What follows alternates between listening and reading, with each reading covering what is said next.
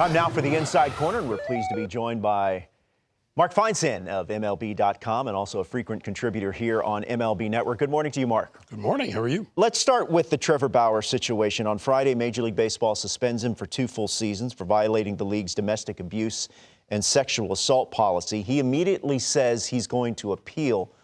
There's so much to unpack here. What happens next? There will be a hearing. He will appeal. There will be a hearing in front of a three-person panel. Really only one person that matters. There's somebody from MLB, there's somebody from the PA, and then there's an independent arbitrator in the middle of this who will decide one of 3 things: that the 324-game suspension will be upheld, that it will be reduced, or that it will be thrown out. We have no idea what's going to happen there. MLB did its investigation. It was a very thorough and lengthy one. We don't know what the league found. The league's not permitted, according to the policy itself, to announce or reveal what led to the suspension and the length of it. So we'll have to wait and see what happens with this hearing now. And for those that are watching, and this was a question I saw throughout the weekend, authorities in Southern California declined to pursue it legally. So how can the league then take this action? What would be that possible answer? We've seen this before. There have been domestic violence suspensions in cases where there were no official charges pressed or there was no trial or anything like that. The league doesn't, unlike the criminal system, the league doesn't have to prove anything beyond a shadow of a doubt. They just have to decide that there's enough evidence there. There have been 3 women who have come out and accused Trevor Bauer of sexual harassment and assault. And apparently whatever the league uncovered in its investigation, they felt was enough to lay this kind of suspension upon him. So very interesting, and we'll see what happens with the hearing. Yeah. Let's turn to something positive. Sure. Best off-season free agent signing. C.J. Cron, potentially?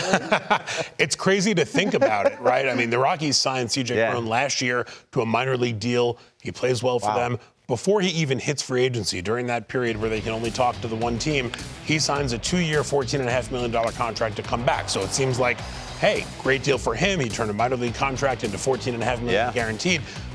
Except now he's actually producing at a much higher level than that. And the Rockies have been one of the early season surprises in a really tough division where you've got the Giants and the Padres and the Dodgers doing their thing. Look at Cron right here, leading the National League here in the beginning of May with in home runs and RBIs, slugging almost 650. I'm not saying he's going to be the MVP of the league, but if you look at your bang for the buck sort of situation, the Rockies seem to have gotten a really nice offensive player for, essentially a very small amount of money. And he talked about never having a multi-year deal. Yes, I remember that. A chance to really kind of relax a little bit. Yeah, congratulations to his performance thus far in Colorado. Also, Kevin Gausman is putting on quite a performance in Toronto. 10 more strikeouts yesterday. Mark, he has yet to walk a batter. I mean, he has been everything the Blue Jays could have hoped for. So coming into the season, I actually picked him to win the Cy Young in the American League. Really? But I didn't think he was actually going to be trying to match Cy Young when it came to certain accomplishments. And here we are, 5 starts in. You mentioned he hasn't walked a batter, and he hasn't given up a home run. That's the first pitcher in Major League history in the World Series era since 1903 to go 5 appearances to start the season without allowing a walk or a home run. The only other person who's done that is Cy Young. So crazy. A lot of people looked at it when the Blue Jays signed Gausman and said, well, they let Robbie Ray walk after his Cy Young year. They brought in Gausman to replace him. Should they have just kept Ray right now? And Ray's pitching fine out in Seattle, but the way Gausman has started his season, and this is a guy who a lot of people said, well, National League West and National League pitcher. Pitching in a great park. He's got that experience in the AL East. Remember, he started his career in Baltimore. He knows what these ballparks are about. He knows what these teams are about. And so far, just an absolutely phenomenal signing for Toronto. D-Row, watching the game yesterday, I don't know how you put the ball in play. The thing is I feel like he's in the zone right now where he could almost tell you what's coming, and it's not going to really matter. I've never seen a guy have the ability to execute a split finger to different quadrants. Like, he's throwing it in on right-handers, and it's staying on that one plane, middle in and kind of riding right off that tunnel of that heater. And then he's at 97 or maybe even 98. He's been phenomenal for them. Yeah, he's definitely been tremendous. Okay. Cincinnati Reds. We're going back to not so good right now. What are we doing? Right? They're off to their worst start in franchise history. I would hope so. And remember, this is a long, storied franchise. Yeah, I mean, 3-19 is just a disastrous start.